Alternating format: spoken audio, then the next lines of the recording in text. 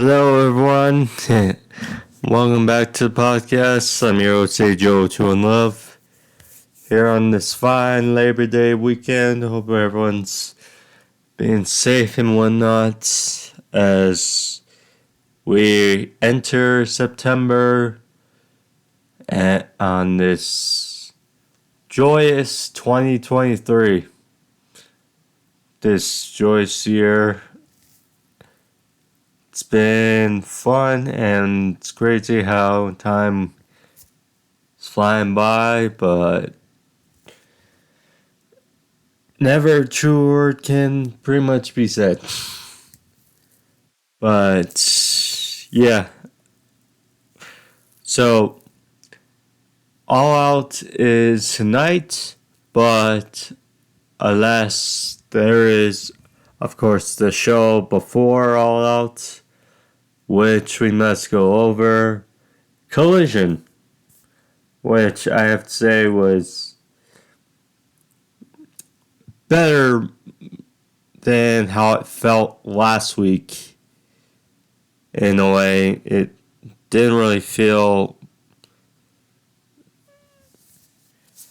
Now, I think it's fair to say that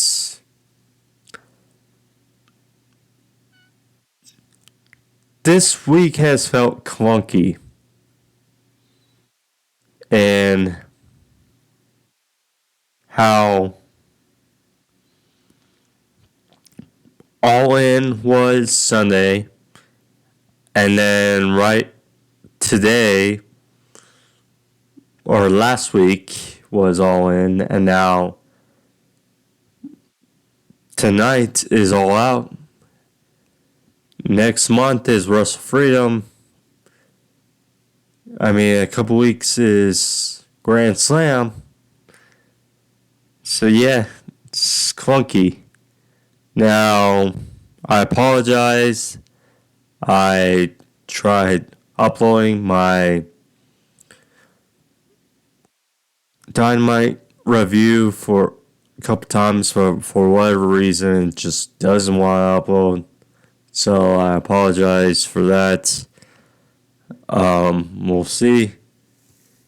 But before I get into Collision, I have to go over what went down yesterday. And the fact that one Phillip Brooks, CM Punk, and a statement put out by AEW and Tony Khan that they have terminated / fired CM Punk. Stemming from that, and Tony Khan also made mention about it right as Collision went on the air.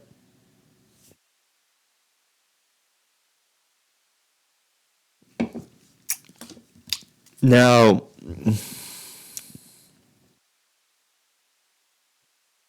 as a fan of CM Punk,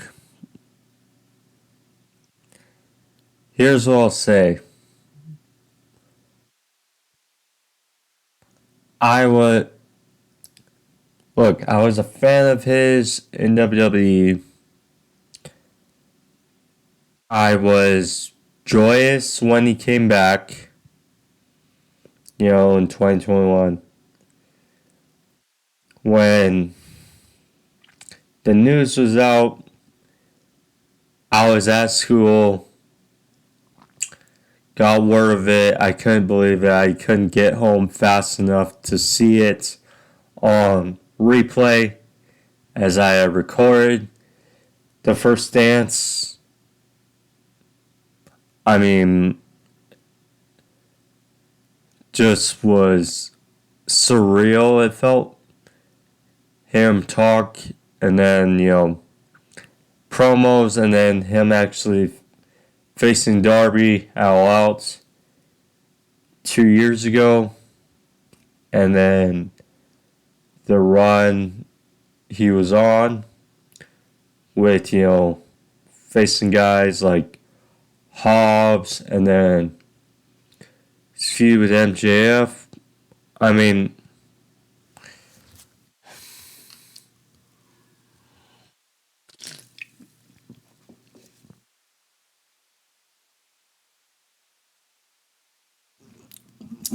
let's be honest when we say it that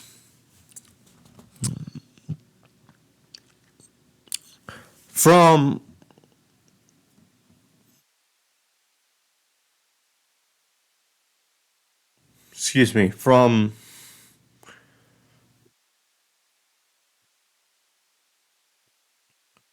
from I'm getting repetitive. August, when he returned, to May, a couple weeks before he faced Hangman Page and cut that promo, or Hangman cut that promo, which Punk had issue with.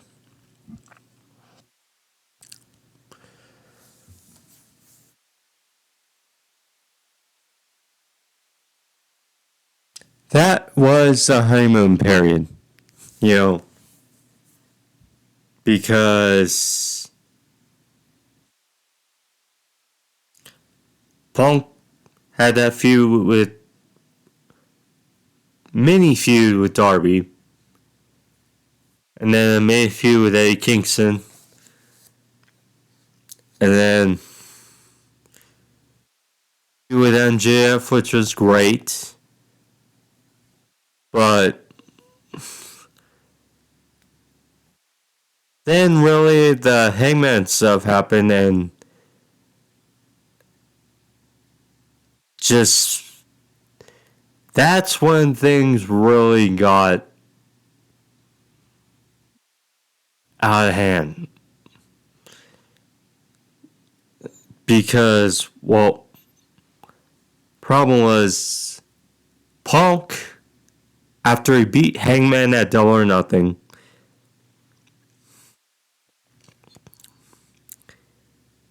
he injured himself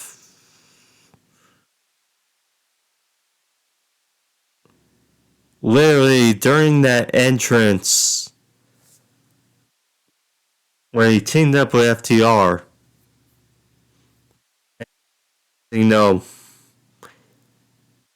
He's hurt. The vacated, or the interim world championship was crowned. Moxley took place at Forbidden Door facing Tanahashi.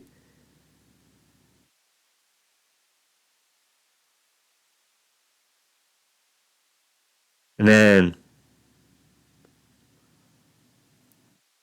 Punk did manage to come back. He lost to Moxley, beat him all out, but then ultimately he got injured again. And then brawl happens with the Elite, and then there's that. Punk is out. The Elite are suspended. Again, the AEW World title is up in the air again, which Moxley again has to cover up for the mistake.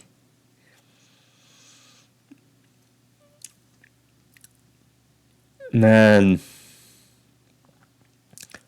Punk came back, a number of weeks ago.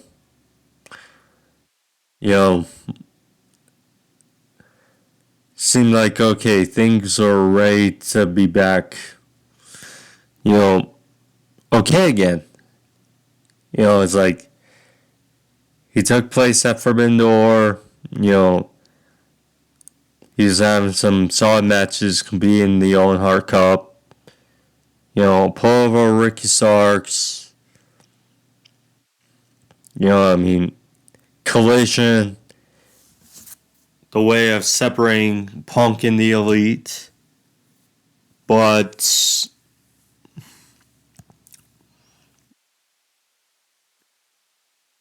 then we heard CM Punk make reference of Hangman Page post Collision a couple weeks ago, and then things started happening again.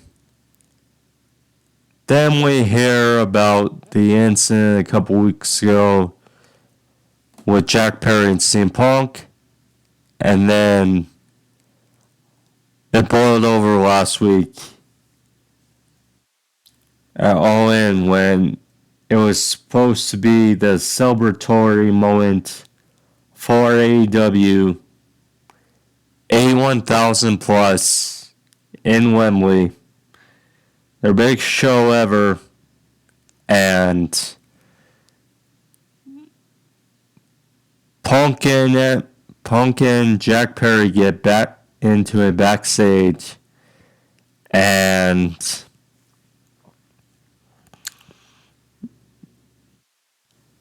Jack Perry, suspended. Not sure how long he's going to be out for.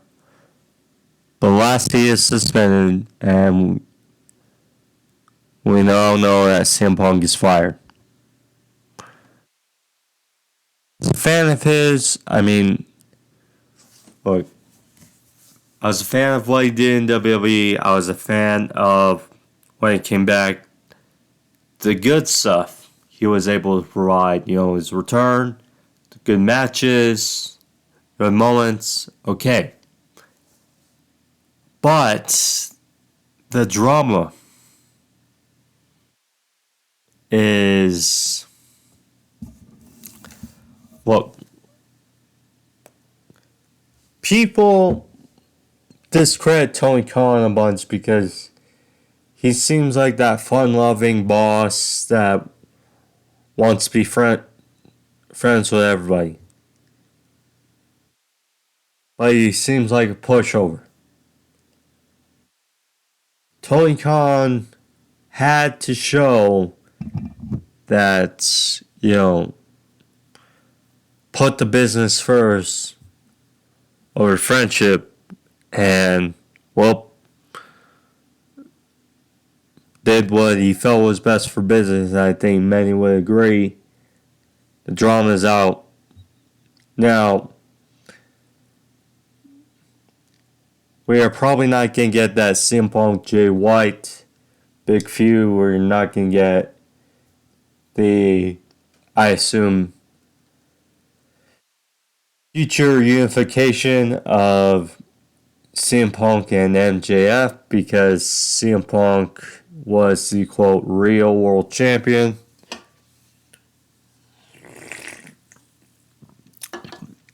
CM Punk, Adam Cole. CM Punk, Kenny Omega.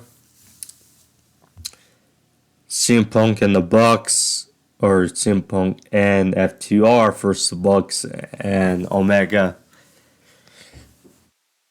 That is now currently off the table. And from that point of view, it sucks. So, yeah. But,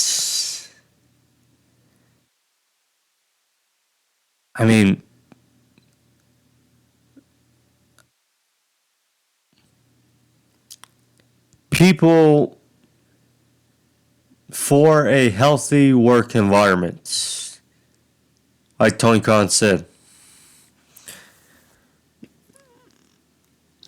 you cut out the drama, and that's the way it seemed to happen. So with those thoughts out of the way, let's now get into review. Not take too much out of it. So, anyway, before we get into the review, thank you guys for joining me. Obviously, it's subscribe in the corner somewhere. Notification bell. Last, thank you guys, and let's get going.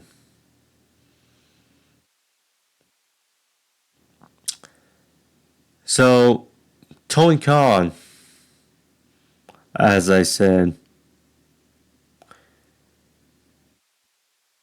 he was out there and basically gave a speech on how basically the findings of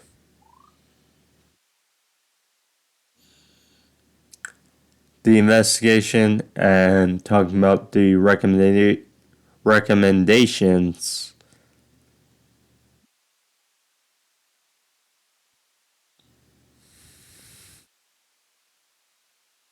So, about the termination of CM Punk and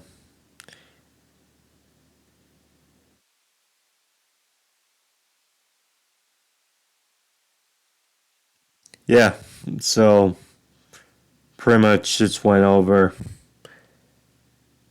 and bit of a highlight package of this big week recapping of AEW, talking about big success and that tonight will be a good show, or last night, and that tonight will be a good show as well.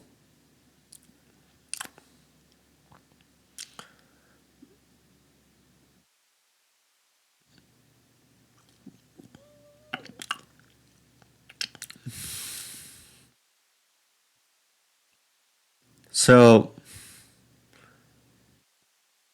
next up, so we got Tony Schiavone introducing Ricky Starks.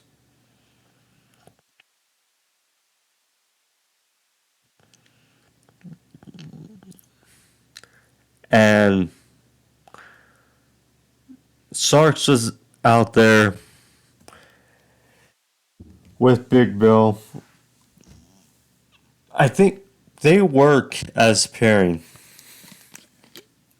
It's weird, but it works. Because Big Bill is great, just needs some substance behind him to make him more effective.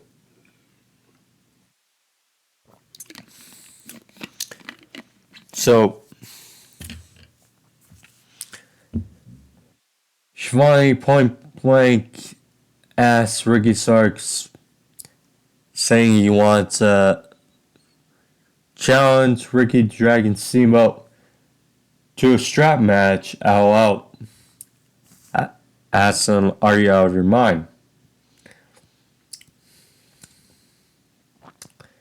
So Starks went into a little bit of promo talking about how every obstacle in front of him he has overcome. That he evolves and he gets better out of it. He talked about Big Bill and his being of addiction.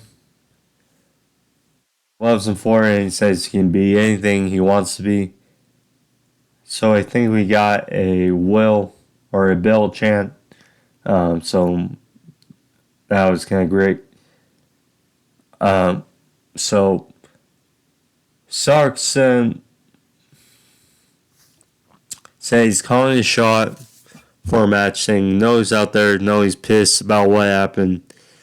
So give him a chance to come out, and the Dragon, Ricky Steamboat, was out there. And now, originally, I think people were under the impression that someone was going to stand up for Steamboat. I mean,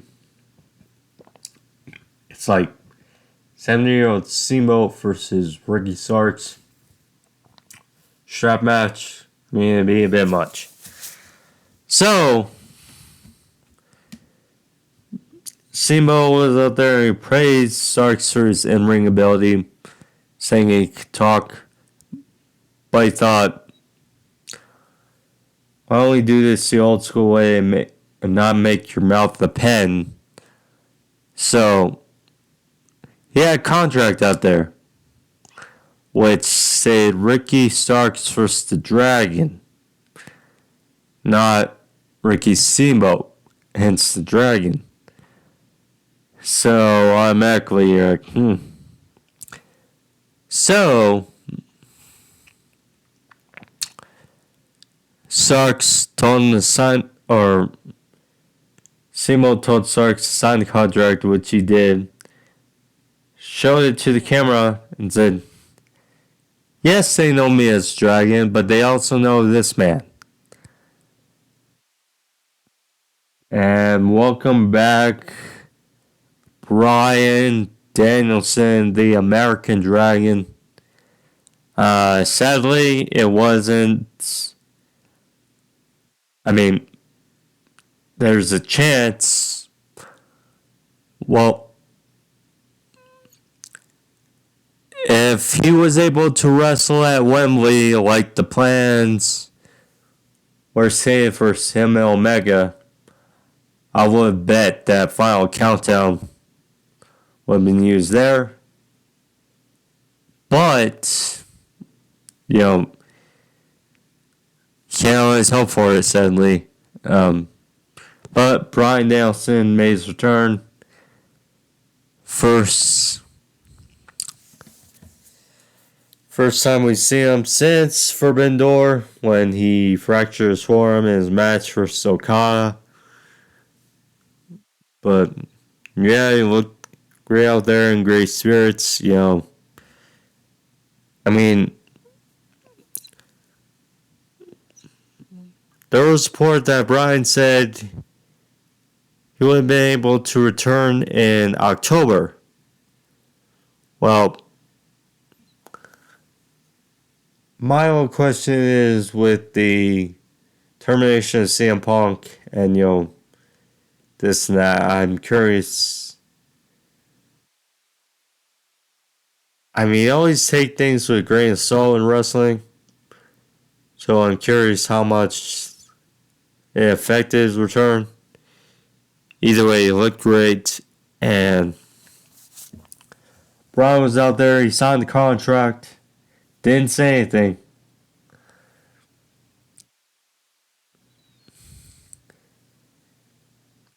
Steamboat was like, we just want you to get the match you wanted.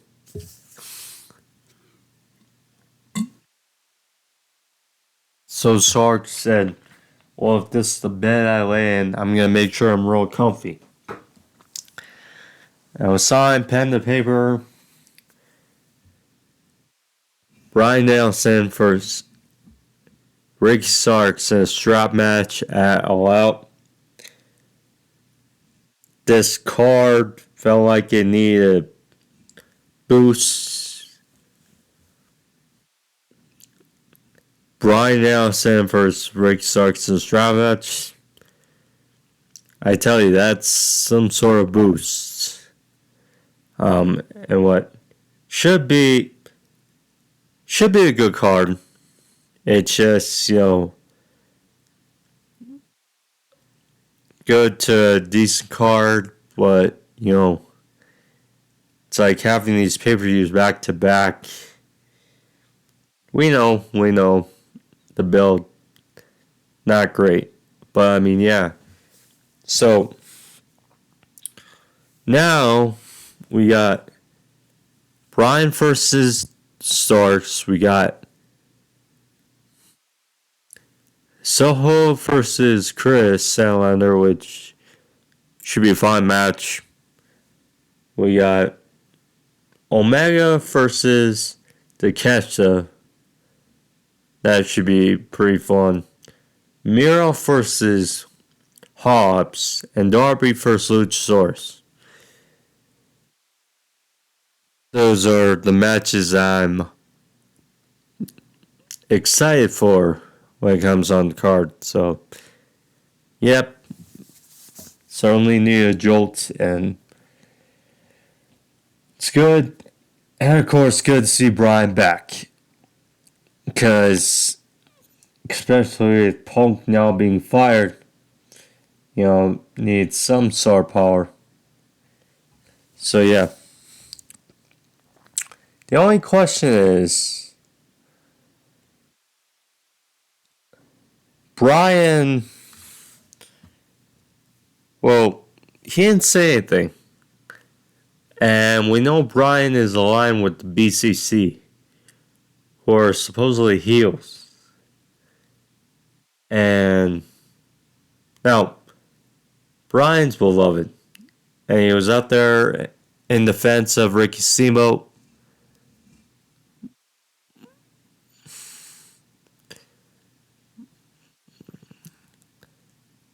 Not Ricky Starks, who's played as a heel, so it's a bit of a different dynamic.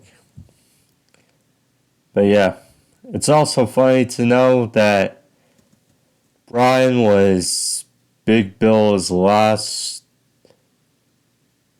WWE pay-per-view match. So, a little dynamic there. But I don't think I've seen... Yeah, it's different. Bryan versus Starks in the ring for the first time. Supposedly. Should be good. Next up, we got Jon Moxley. Got a promo backstage. Called Orange Cassidy, which I think Maine would think as well. That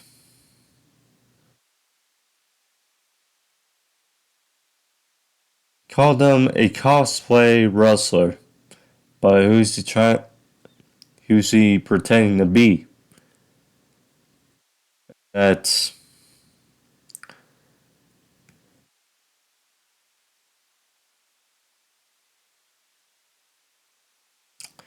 there's a lot of guys who want to say they want to be good wrestlers, but don't really want to, or don't really put in the work. Says Orange Cassidy has tools, but one way or another, we'll find out on All Out.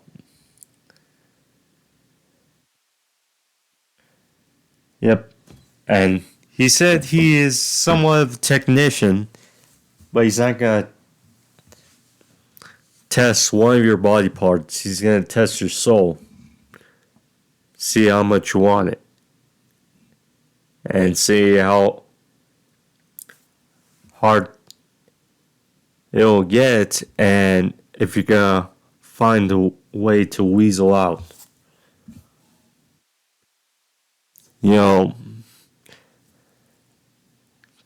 The way they're building it up seems like it'll be the main event, which will be different. Orange Cassidy, Jon Moxley. Now, is it a pay-per-view main event? To me, no. But considering this, I'd say very much so. That this will be a good match. And I think Orange Cassidy may be in place because he opened people's eyes in that same Stampede, I believe.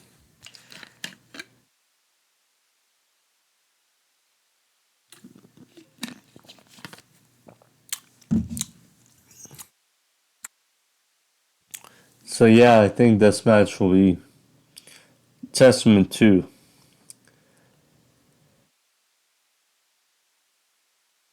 So, 2.0 and Daniel Garcia were with Jake Hager to face the acclaimed and daddy ass Billy Gunn for the AEW Trios titles. Final match here.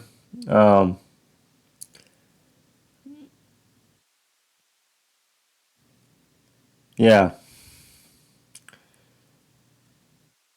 Dan Magic, Angelo Parker, and Daniel Garcia, they definitely fit well as a trio. And I'd certainly love for them to be pushed more.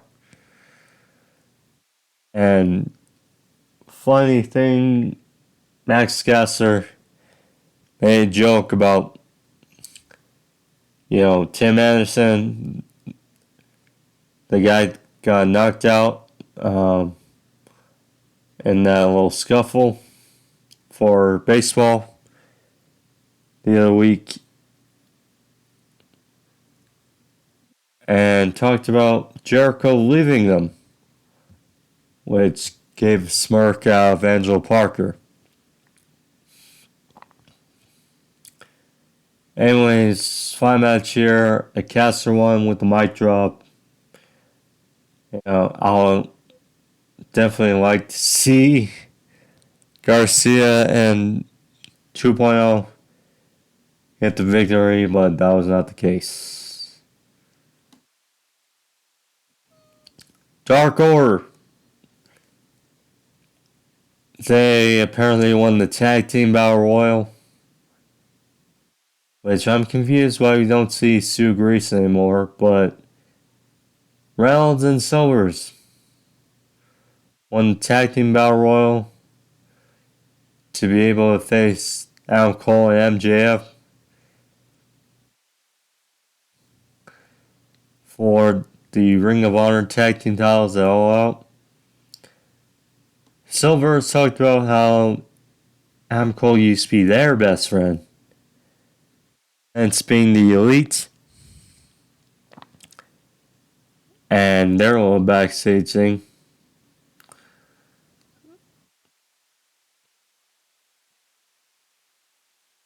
And Reynolds talked about the history he has with MJF and to train him, and they're out to prove a point on Sunday. So yeah. Now, obviously, this could have been the Kingdom. It would definitely have made sense for a match with the story, but yeah, this Dark Order, not denying it could be a good match, but yeah, the story behind it is not really gonna work. I don't know. Does Ride get involved? Do the Kingdom get involved? We'll see. Does feel strange.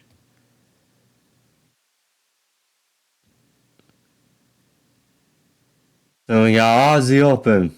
Aussie. First, Nick Wayne and Kommander.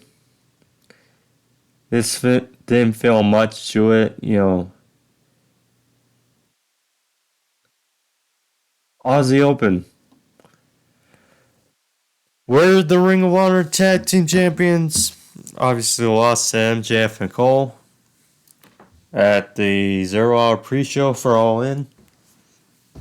They could definitely add to... The thing about them losing the Ring of Honor Tag Team titles is they could be definitely featured more on AEW and in a tag team division that seems like it's building once again. So yeah. Ospreay's boys and Aussie can certainly add to that tag team division, and who knows. I saw that on Rampage they had a little thing of a scuffle with Chris Jericho and Sammy Guevara, so maybe a match with them is brewing down the line. We'll see. Because we know Jericho and Guevara said they're going for entering in the tag division starting on Wednesday. We'll see. But this match didn't do much, Nick Wayne. This is more a prelude to what happened after. Strange but true. So Wayne got some nice offense, and plus the funny dynamic is Nigel talked about it, that some see Nick Wayne as a young Will Ospreay. And there's obviously those similarities. And Ospreay, we know, is, the kingpin, the leader of the United Empire, which, of course, Aussie Open are aligned with.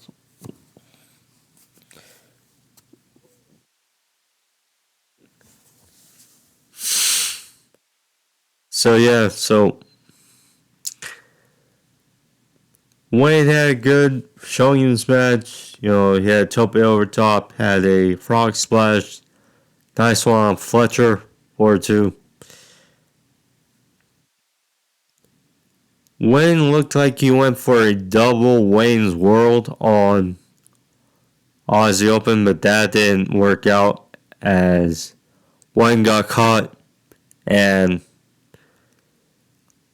Aussie Open hit the Coriolis for the win. Afterwards, Shivani got in the ring, spoke a few words to Nick Wayne, and Wayne said, yeah, he's frustrated, despite my future, but say he's confused as to why Darby forgave Air Fox for what he did to Nick Wayne a number of weeks ago. Darby came out, spoke with Nick Wayne, and he basically gave the reason,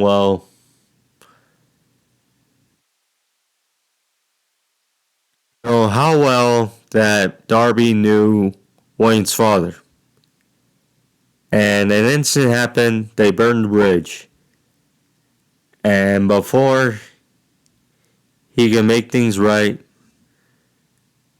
Wayne's father passed away. And he was able to live with himself after that. So he finally decided to no longer live with the hate. So that's why he forgave Fox so early for what happened.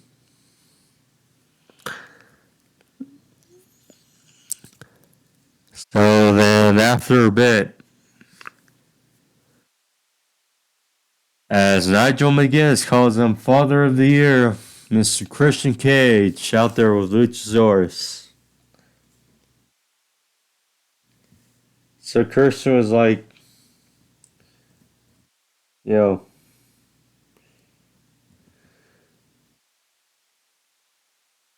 mentioned Wayne's father, but he said My apologies for talking about you and your father without mentioning your mother. Notice that she wasn't there this evening, so he suggests that maybe he slides in her DMs. So,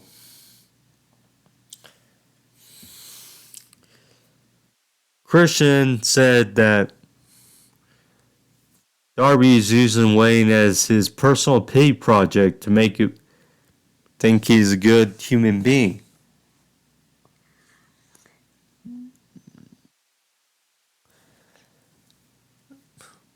So he suggested Wayne, when it comes to All Out, because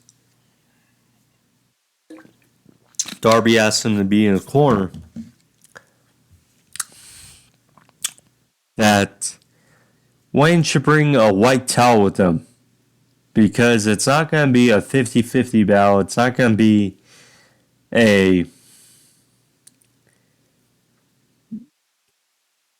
It's going to be a one-side beatdown.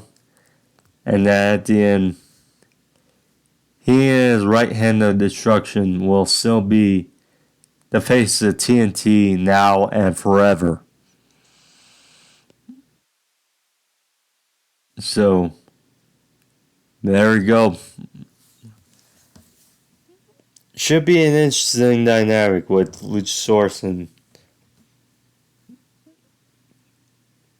Darby. Now,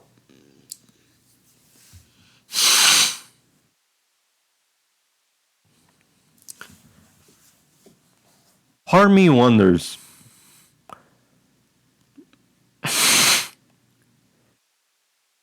you know, Chris Cage and Luchasaurus have always done very well by that title. Thus, since Collision has started, since being Wardlow, which, by the way, we pretty much haven't seen Wardlow since. But bears the question, with the House of Black losing the Trio Salazans last week, could we potentially get Darby winning the title again? It goes on the feud with Malachi Black, a feud, or Andrade. I mean, certainly a feud that's been ruined for a while. Definitely would love to see. Who knows, but I'm loving what Chris Cage is doing with that title. I don't want it to end yet.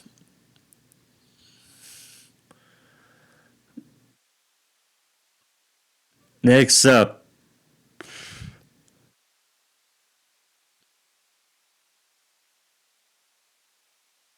so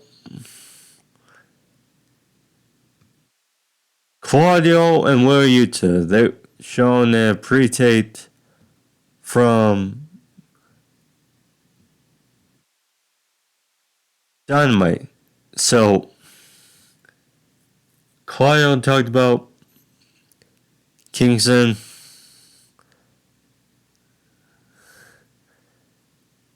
saying, well, congrats, he came back and he beat up Will Yuta. They said, here's the thing. We beat him up every week. It's not like it's difficult. So poor Will Yuta, Claudio just repeatedly gave him uppercut after uppercut after uppercut throughout this segment. And yeah. She said, I would have thought that Japan would have changed you. But he said, a lot's your worse. And Claudio said, I didn't think I could lose any more respect for you than I already have. So he walked off and he said, ugh. And Yuta just collapsed after all those uppercuts. Yeah. By Claudio. So then they got to a pre-tape thing of A. Kingston, Katsuyori Shibata. Kingston was like, yeah, that's really cute. Being up on Yuta. But said, well, you guys are going to have to worry about us at All Out. Saying, see you at the pay-per-view.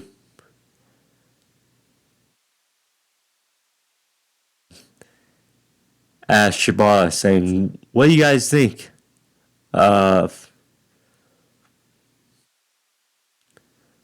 Yuta and Claudio? Apparently, Shibata is one of those, generate things in his phone. And he said, you guys both suck. Which popped Eddie, and yeah, I mean, should be a fun match. We know all four guys can bring it. So I'm curious. Probably will. I mean, Kingston said that Claudio will never fight him again. But I think it's possible we get Claudio versus Eddie at Grand Slam. Because, obviously Eddie, the New Yorker, and it'd certainly be a fun moment. Eddie being Claudio in front of his hometown or homegrown crowd. So, yeah. We'll see.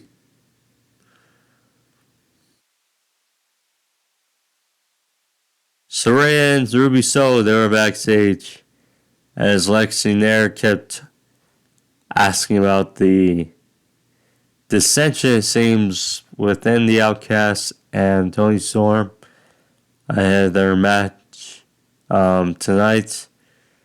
Another trios women's match. Great. Great. Anyway, so Ruby said, well, things are all fine and that how good we are as we win not one but two titles when Ruby beats Statlander, who's never been there at All Out. Yeah, we'll see.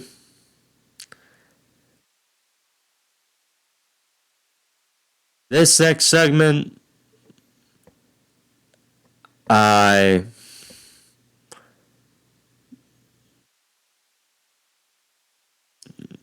definitely was hard to care for. I mean, as a basketball fan, I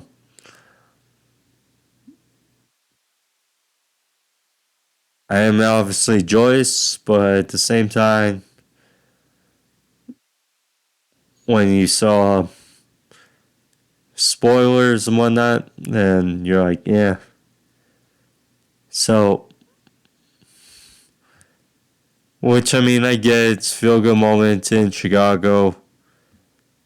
Dennis Rodman, the former longtime Chicago Bulls legend, 5-time world champion. He was introduced by Tony Schiavone And so he was out there.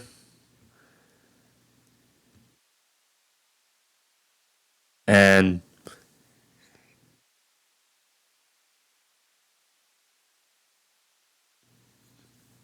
excuse me, he was interrupted by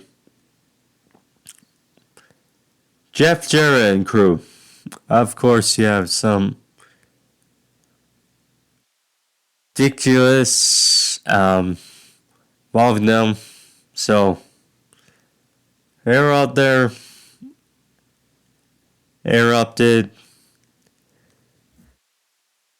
Dennis Rodman, who was then saved by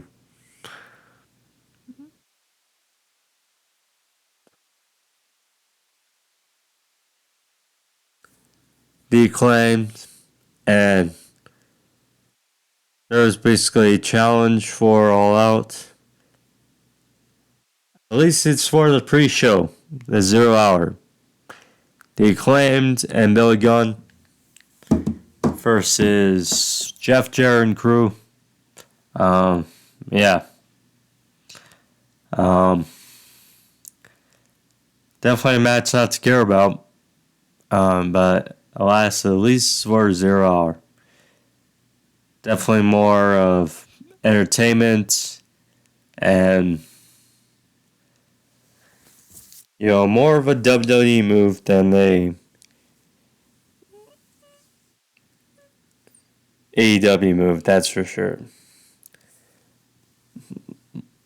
Especially since the last time we saw Jeff Jarrett, it didn't go over well. Thing with Jeff Hardy. So, yeah. Anyways, next.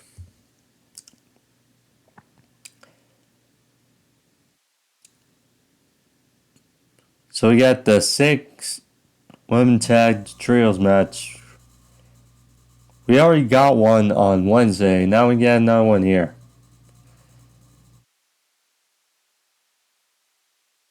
So, we got Kris Statlander, Shida, Britt Baker, who teamed up on Dynamite, here facing the Outcasts and Ruby Soho won. Spray paint in Britt Baker's eyes. No future for the win. There we go.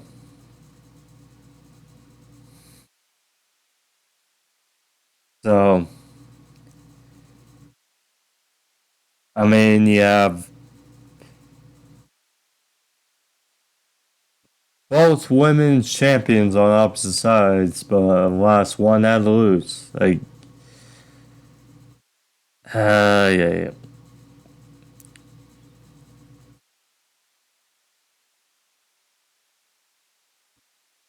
And hard to care about the women's division. Again, after that. Adam Cole, he brought a message from MJF via text message. So, regarding his opponents for All Out. So, there you go. That was funny.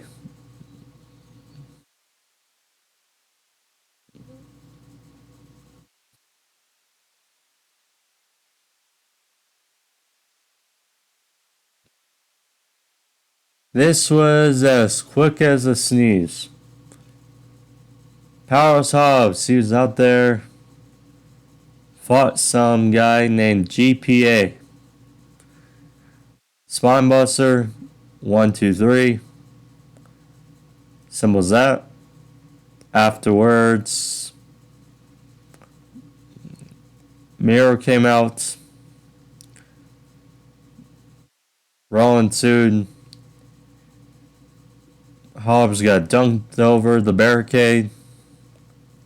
And, yep, the big horses being fighting off All Out, it's going to be fun. Definitely think so.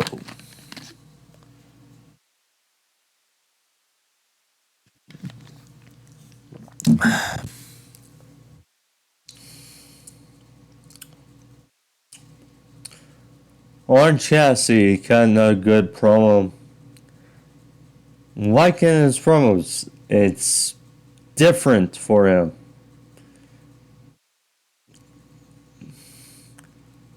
I have Jon Moxley match at All Out, so yeah.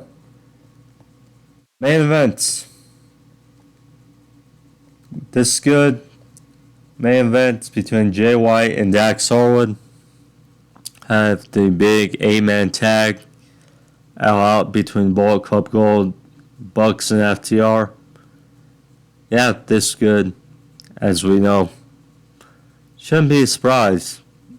And perhaps more advancement, potentially Bullet Club Gold getting another shot for the tag team titles on the road. So, Dax's Superplex.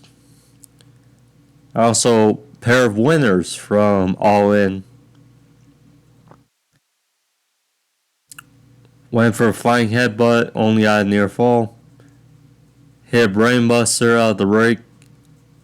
White hit a Death Valley Driver. Dax hit a sick-looking pile driver for a near fall. They're on the outside. White hit a Blade Runner. Back in the ring.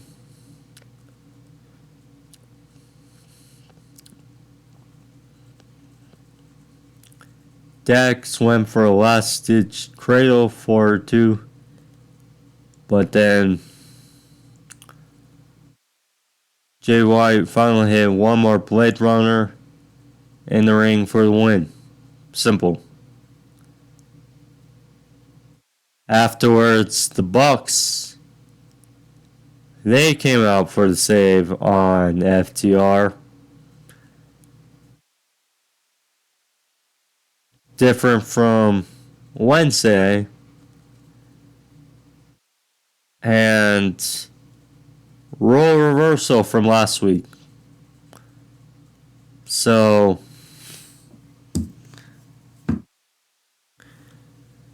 at the end there, great match at All In. FTR offered their hands for a handshake. Young Bucks left them hanging. This go around, Young Bucks go for their handshake. FTR does not oblige. So, we already got some tension, it appears, before Chicago. So there you go. But I would say it was a better but average, alright edition of Collision. But hopefully after All Out, some things are put into motion as we get build towards Grand Slam, which will be a few weeks away. So, yeah, so Wednesday and Saturday should feel like a bit of a sigh of relief after this clunky week. But, yeah, we'll see. Anyways, guys, thank you for joining me. Again, apologies for the stupid technology when it comes to trying to upload my Dynamite review. But thank you guys. See you guys later for All Out. But I'm AEW Collision. Till next time, peace.